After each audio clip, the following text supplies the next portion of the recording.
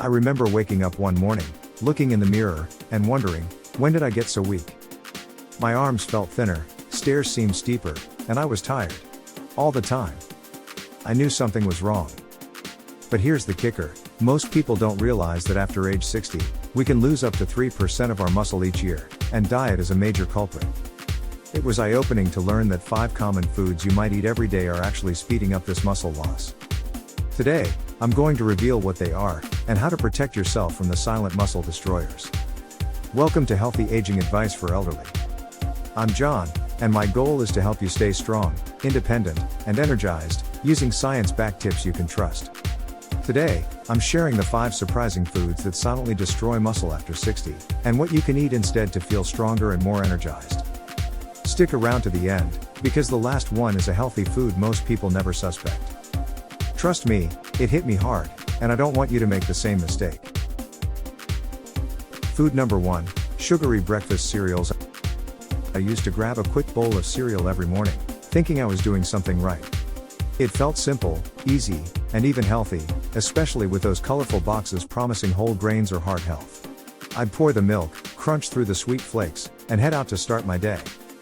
But as the weeks went by, something didn't feel right. By mid-morning, I'd crash. My energy would drop like a stone, and I'd find myself reaching for coffee or a snack just to keep going. My legs felt like lead, my arms weaker than before, and climbing stairs left me more winded than I remembered. I brushed it off at first, maybe it was age, or just a bad night's sleep. But it kept happening. Over time, I realized that my so-called healthy breakfast was part of the problem. Most people don't realize how damaging sugary breakfast cereals can be, especially after 60. Many of these cereals are packed with refined sugars and simple carbohydrates. They digest quickly, flooding your bloodstream with sugar and causing a spike in insulin. You might feel a brief burst of energy, but it fades fast, and what's worse, that insulin spike contributes to inflammation in your body. And chronic inflammation? It's one of the key drivers of muscle breakdown in older adults. That's right, your favorite childhood breakfast could actually be accelerating muscle loss. After 60, we're already at risk of losing up to 3% of our muscle each year. That's a natural part of aging called sarcopenia. But when you combine aging with a diet that promotes inflammation and doesn't provide enough protein, you speed up the process. Your strength, balance, and stamina all start to decline faster than they should. And it doesn't happen overnight, it sneaks up on you slowly, until one day you realize that carrying groceries, climbing stairs, or even getting up from a chair feels harder than it used to. So what did I do? I made one small change that made a big difference. I swapped the cereal for a high-protein, nutrient-dense breakfast. Some mornings I'll have a couple of scrambled eggs with avocado on whole grain toast. Other days, it's Greek yogurt with a handful of walnuts and berries. It takes the same amount of time to prepare, but the difference in how I feel? Night and day. Protein helps repair and build muscle tissue. Healthy fats support your joints and give you long-lasting energy. And when you eat a breakfast that's high in both, your blood sugar stays stable. You don't crash mid-morning. You don't feel like you're dragging your body around. You feel supported, fueled, and ready to take on your day. If you've been relying on cereal in the morning, especially the sweet kinds, it might be time to rethink your routine. That one change could help you feel stronger, steadier, and more energized, not just for the morning, but for years to come. What about you? Have you noticed your energy dip after breakfast? Or have you already found a breakfast that keeps you strong and steady? Let me know in the comments, I'd love to hear your go-to morning meal. Food number 2, processed deli meats. My husband used to eat ham sandwiches almost every day. It was his go-to lunch, easy, tasty, and something he'd been doing for years. Thick slices of deli ham between 2 slices of white bread, maybe a little cheese, maybe a smear of mustard. It was part of our routine. Honestly, I never gave it much thought, until the day we started paying attention. It began with his blood pressure creeping up. Then came the swelling in his fingers and ankles. He'd complain that his hands felt stiff, and he was more tired after his usual morning walk. At first, we assumed it was just part of getting older. But when we started looking closely at what we were eating, that sandwich stood out. We turned the package over and read the label, and it was shocking. That ham? It was packed with sodium, preservatives, artificial flavorings, and barely any quality protein. The same was true for most deli meats, turkey, bologna, salami, roast beef. We realized these were processed products filled with chemicals like nitrates and nitrites, substances used to preserve shelf life and enhance color, but they come with a cost. You see, processed deli meats are known to cause something called oxidative stress in the body. That's when your cells are overwhelmed by free radicals, tiny, unstable molecules that damage tissue and accelerate aging. This cellular stress doesn't just make you feel tired, it weakens muscle recovery and speeds up the breakdown of lean muscle mass. And after 60, when our muscle loss is already accelerating, every little factor counts. We needed to change. So we started making simple swaps. Instead of deli ham or salami, we began prepping grilled chicken breasts at the start of the week. I'd drizzle them with olive oil, maybe add a little lemon or herbs. Some days, we'd make tuna salad, mixed with a touch of olive oil and chopped veggies. We found ourselves enjoying the flavors even more, and our bodies? They noticed the difference. My husband's energy came back. His stiffness eased up. And slowly, he started to feel stronger, more like himself again. Why does this matter so much? Because after 60, your muscles don't bounce back the way they used to. They need clean, high-quality protein, not the kind wrapped in plastic and pumped with additives. They need support from whole foods that reduce inflammation, not fuel it. Grilled chicken, tuna, even hard-boiled eggs or lentil salads, these are the kinds of choices that feed your muscles, protect your strength, and give your body what it actually needs to age well. So now, when we think sandwich, we think differently. We build it with real ingredients. And we feel the difference, in energy, in movement, in confidence. What about you? Do you still eat deli meats? Have you ever tried switching it up for something fresher? Let me know in the comments, I'd love to hear how you're upgrading your lunch. Food number 3, white bread and refined carbs. I was walking every morning, keeping up with my stretches, and doing my best to stay active. I thought I was checking all the boxes to stay healthy after 60. But over time, I started noticing something unsettling. My muscles didn't feel the same. They were softer, less firm, and I just didn't feel as strong. I'd look at my legs and arms and wonder, why do I feel weaker, even though I haven't changed my routine? At first, I chalked it up to aging. But deep down, something didn't sit right. Then I paid attention to my plate. Every morning started with white toast. Lunchtime often included crackers or a sandwich on soft white bread. Pasta was my comfort food at dinner, and sometimes rice on the side. These were everyday staples, familiar, easy, and honestly, delicious. But here's what I didn't realize, these so-called simple foods were working against my body, especially my muscles. White bread, white rice, regular pasta, these are all refined carbohydrates. They've been stripped of their fiber and nutrients during processing, leaving behind just fast-burning starch. That means when you eat them, they break down into sugar almost instantly in your body. You might feel full at first, but it's like lighting a match, it burns bright and fast, then fizzles out. And that sugar spike? It comes with consequences. Each time your blood sugar spikes, your body releases insulin to bring it back down. And high insulin levels, especially over time, tell your body to store fat instead of building muscle. Even worse, constant blood sugar spikes promote inflammation, and that low-level inflammation is one of the hidden culprits behind fatigue, joint pain, and yes, muscle breakdown. So there I was, trying to stay active and healthy, while unknowingly eating foods that were sabotaging my efforts. Once I connected the dots, I made a decision to swap, not sacrifice. Instead of white toast, I switched to sprouted grain bread, thicker, heartier, and packed with real nutrients. I replaced pasta with quinoa and farro. Instead of instant rice, I used brown rice or wild rice. And for breakfast, I ditched the sugary cereal and started making a bowl of steel-cut oats, topped with berries, nuts, and cinnamon. These small changes had a big impact. After a few weeks, my energy was more stable. I didn't crash midday like I used to. I noticed I could walk longer without tiring as quickly. My muscles started to feel firmer again, like they were waking up. My joints even felt better, and mentally, I felt sharper and more clear-headed. Why? Because whole grains digest slowly, keeping your blood sugar steady. They contain more fiber, more protein, and more of the minerals your muscles and bones rely on, like magnesium and B vitamins. That steady fuel helps your body build and maintain muscle instead of tearing it down. And over time, that makes a real difference in how you move, feel, and age. So here's the truth. Refined carbs might be convenient, but they don't serve you well after 60. Your body needs more support, more nourishment, more real food. And the good news is, making that change is easier than you think.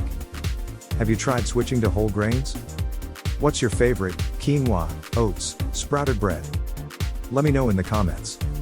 I'd love to hear what's working for you and share ideas with our growing community. Food number 4, diet sodas and artificial sweeteners. For years, I thought I was making the smart choice. Regular soda had way too much sugar, and I wanted to watch my weight, so I did what so many people do, I switched to diet soda. The 0-calorie label made it sound like a win. I told myself, at least I'm not drinking sugar.